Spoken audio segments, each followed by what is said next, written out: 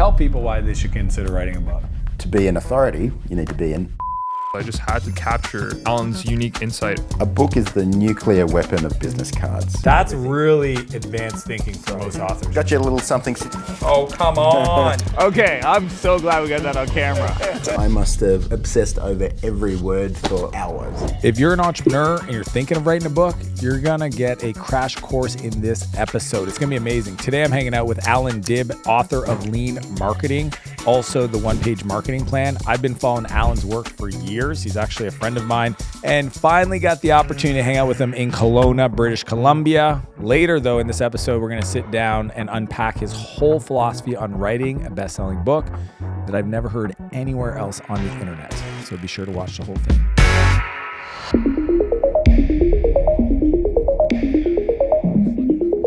We're gonna go hike because it's Tuesday morning. Then I got a full day. Allan's gonna come back. We're gonna do a pod. We're gonna show him around the studio, meetings, home. So let's do this.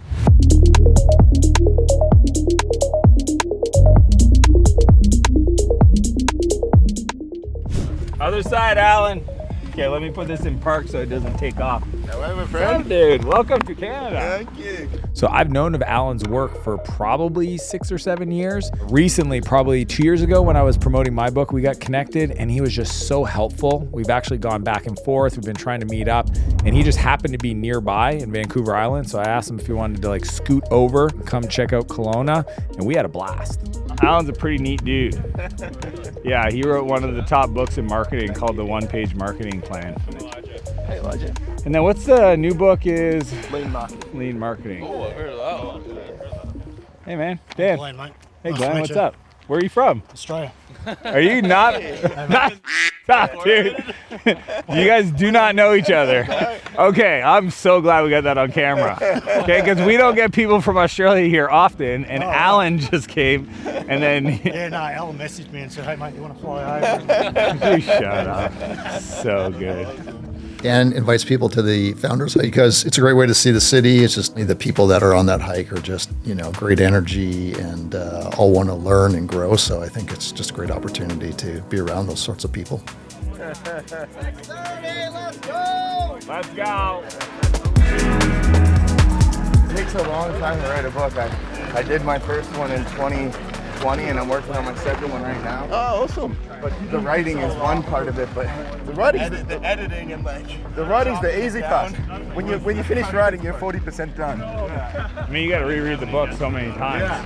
My best tip for final stages of editing is get an AI to read it to you, so you'll hear what it's like going to be as an audiobook. You'll hear the crappy sentences. You'll be like, oh wow, that sounds stupid, or that's confusing, or that's AI to read it. Yeah, 11 Labs. Have you heard? Yeah, I know 11 Labs. Very, very realistic voice, and so you hear it as an audiobook before it's an audiobook.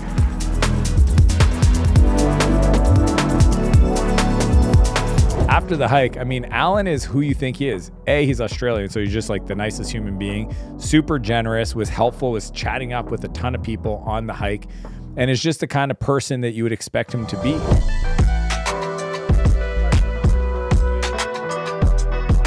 So the new book's doing well? The new book's solid, yeah. Yeah, It's doing really, just really a Clear well. Valley prop. Yeah. So good. Yeah. I don't know why, it took me a long time to even consider doing a book.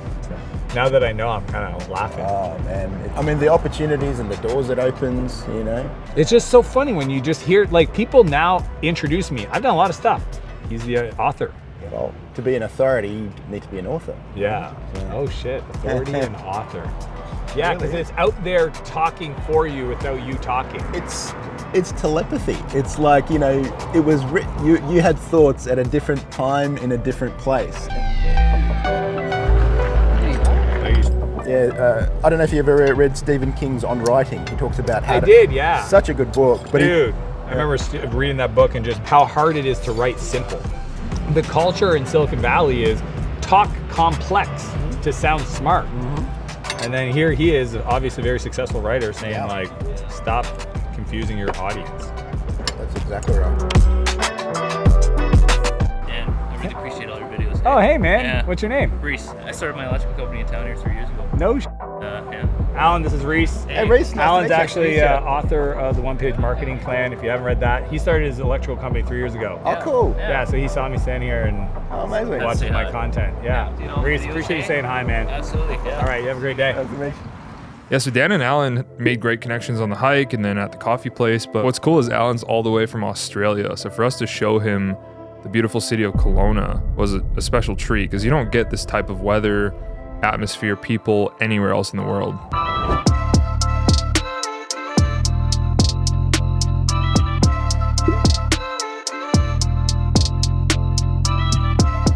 Got you a little something since you're the master of time. Oh, come on. Dude, blue? Dude, that's so cool. Oh, man, that's so neat. Since you buy back time, it's a half an hour timer. That's so cool. Dude, that is one of the coolest things I've gotten. Thank you so much for that. Oh, my pleasure. Okay, we gotta place this in our shot.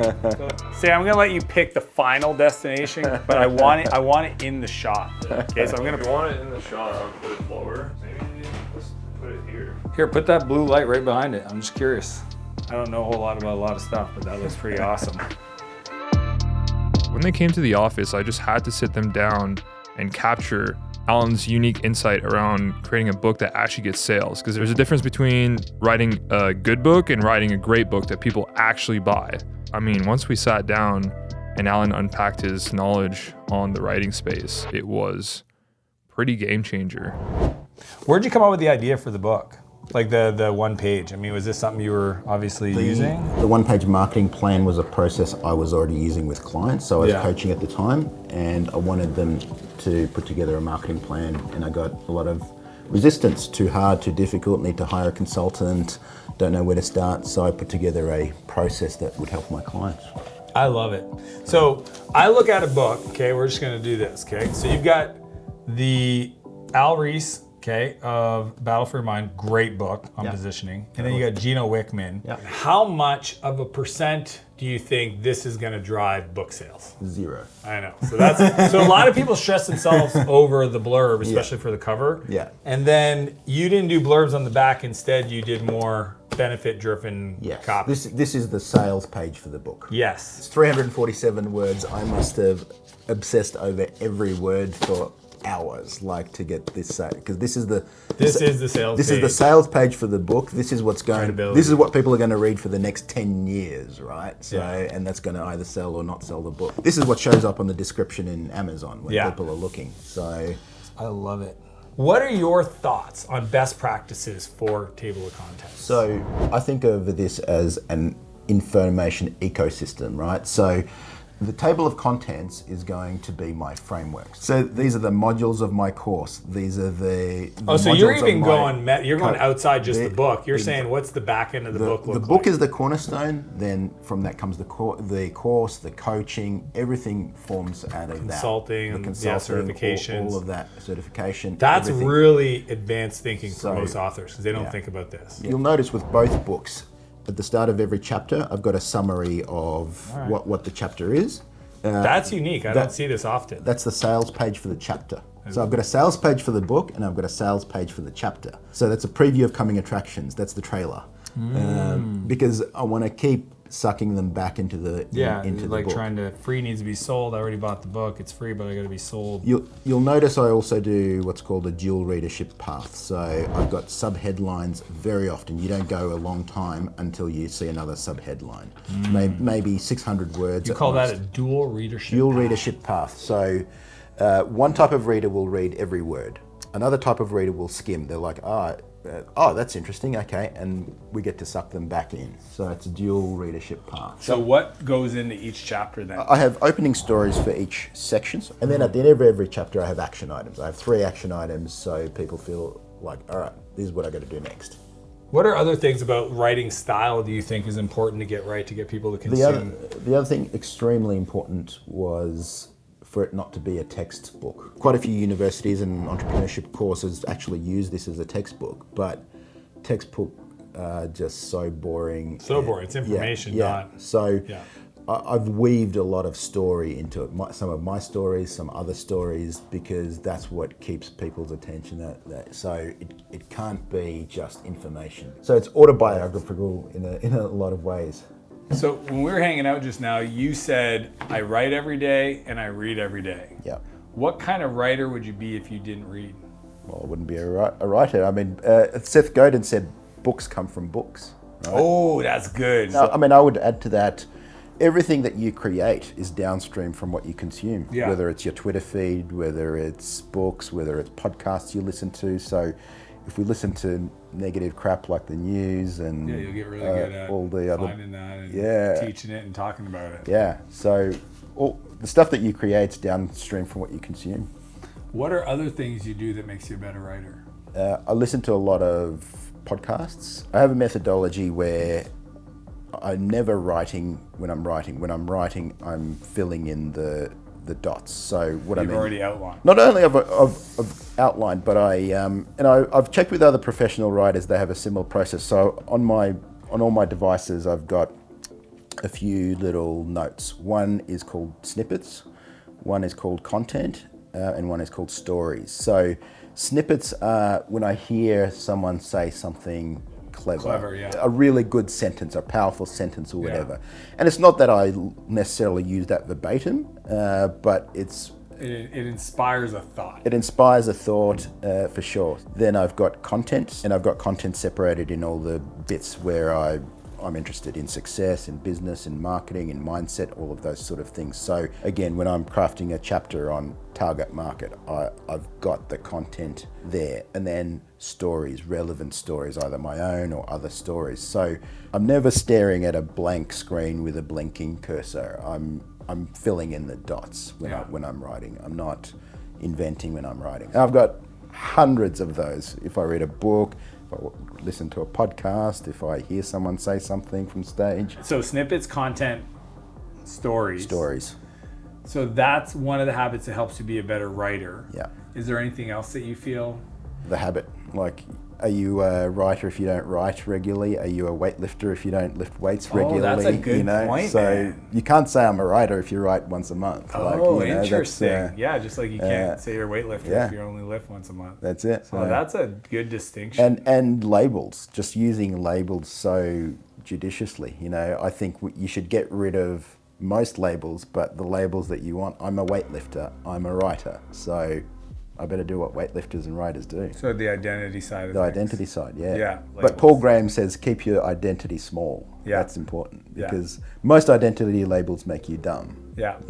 What are some of the authors that you are inspired by? I'm inspired by prolific authors and authors that come up with groundbreaking concepts. So for me, like Tim Ferriss, 4-Hour Work Week. 4-Hour Work Week Yeah, came up. The New Rich. The New Rich. Scott Adams has got this this idea of moist robots. I saw that. Literally, it's in your book. It's in my book. Yeah. It's in So my what's book. a moist robot? So you're a moist robot, I'm a moist robot. So if you're going to program a computer, you're going to use computer code. If you're going to program a human being to do what you want them to do, you use words. So that's why I have a whole chapter on I saw that copywriting. one. Yeah. Yeah.